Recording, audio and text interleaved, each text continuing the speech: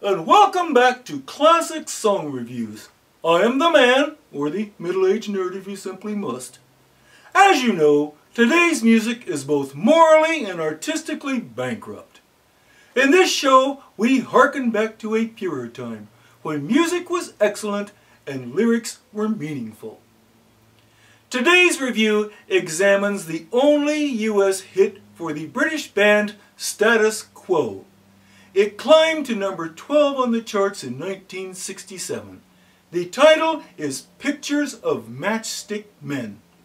The song's composer, Francis Rossi, indicated that the reference is to the paintings of Lawrence Stephen Lowery, who often described the human figures in his paintings as matchstick men. This leads us to wonder whether the song is therefore actually an art review. The song opens with a solo guitar.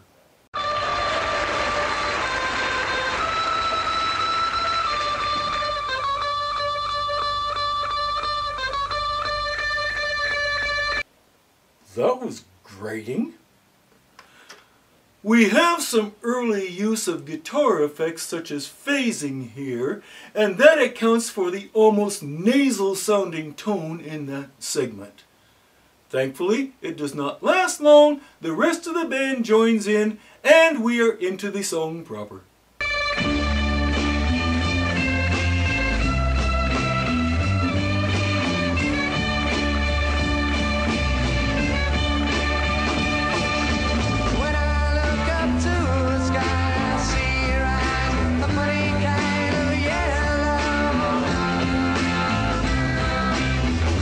At first, rather than an art review, I thought this might be a love song.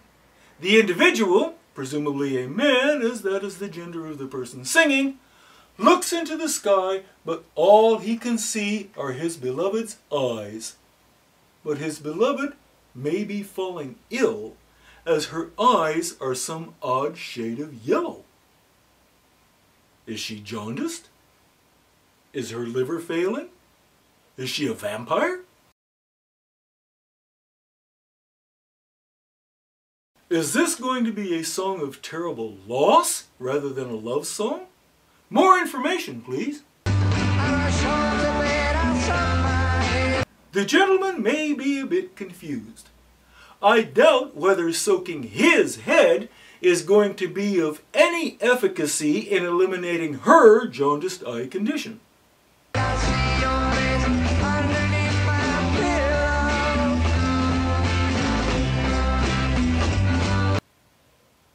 I beg your pardon? How is he seeing anything under his pillow while soaking his head? Is he actually in bed while immersing his head in water?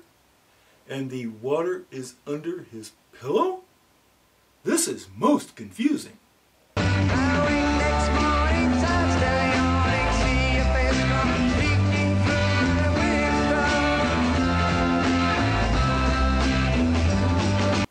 I would imagine he is quite tired, since he has been lying face down in a pool of water with a pillow over his head, which undoubtedly required continuous maneuvering this way and that in order to continue breathing. Unless he has some sort of scuba breathing apparatus in his bed to enable him to breathe through the water, but that image is just silly. He awakens the next morning to discover that the other person is spying on him through his bedroom window. It would seem that this other person is not actually a lover, but, in the current vernacular, a stalker. The other parts of the verse begin to make sense. He cannot go outside to look at the sky, nor can he escape into the quiet of his bedroom, because his stalker is always somewhere in sight. In this instance, the yellow eyes may indicate some sort of anger on the part of the stalker. While I do not know all of the particulars of this relationship, it seems to me that calling the police would be a much better response to this than writing a song.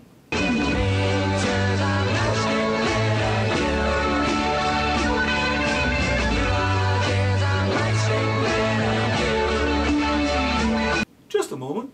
What was that word?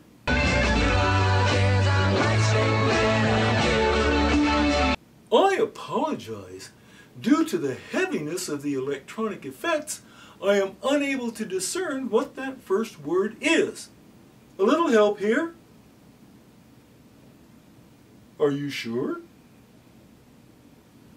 Please play it again. I happen to know that is not your name, so... Oh, I see. A reference to Casablanca. That was rather droll, I must admit.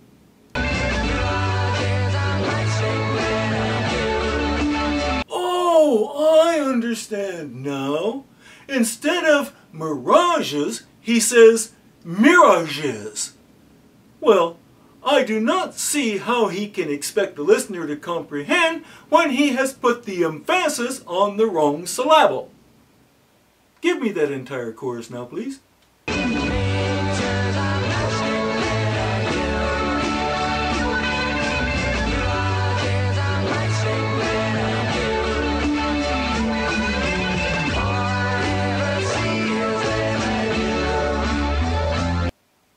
See if I am following this.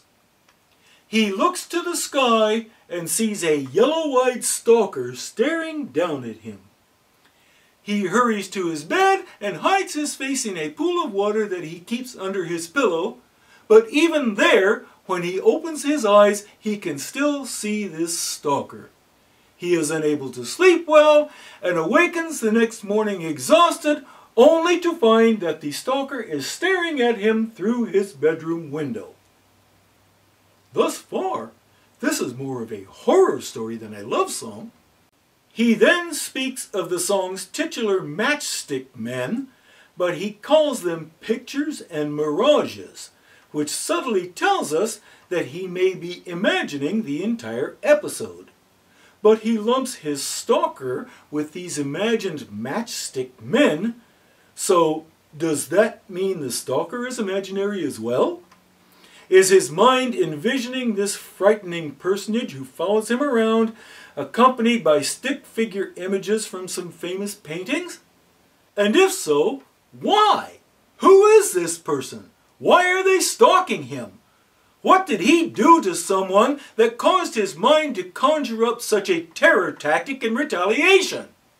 I don't understand.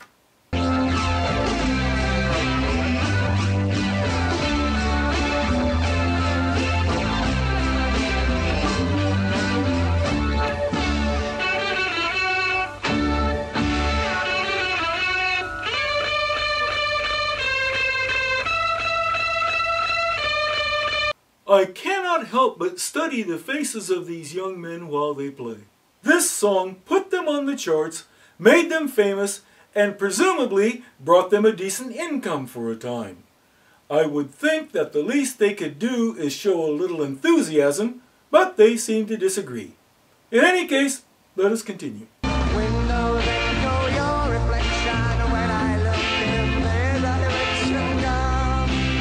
For the time being, the stalker has moved away from the protagonist's window, so our hero only sees a faint reflection of his nemesis.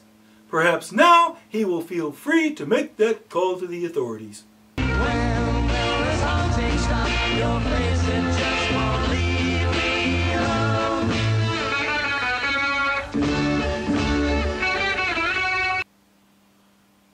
We are not dealing with a stalker, but a spectre. Yes, I thought I saw a spectre at your shoulder. Our character believes that some sort of supernatural spirit is harassing him, and no matter what he does, he cannot escape it. This explains why he sees it in the sky, in water, under his pillow, through his bedroom drapes, and reflected in his window. The only matter left to resolve, then, is how this frightening state of affairs came to be. Let us see if the song will tell us.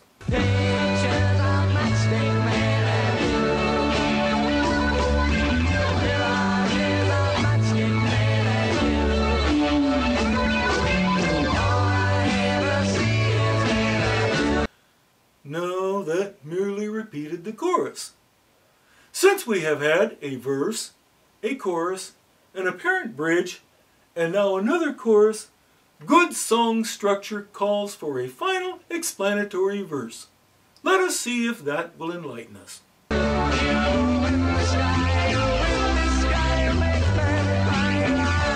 You are in the sky, and with the sky you make men cry. In what way does the sky make men cry? Did the ghost do something in the sky that induces sadness in those who observe? The statement ends with, you lie. About what? About being a ghost? About its intentions? What does this mean? Next lines, please.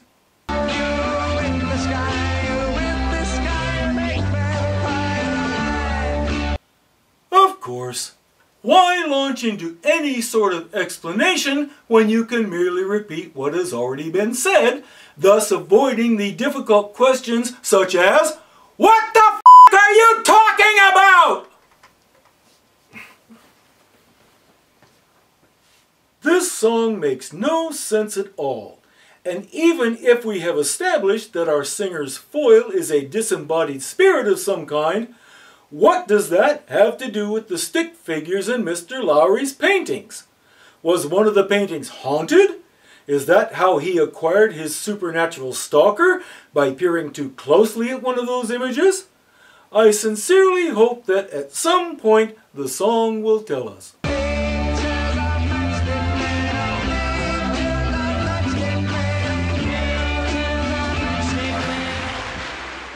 Another hope dashed. What are we to make of all this? We have a man who sees a yellow-eyed apparition everywhere he goes. This apparition is flanked by any number of matchstick-type figures drawn from a particular style of painting and refuses to leave him in peace. The spirit takes to the sky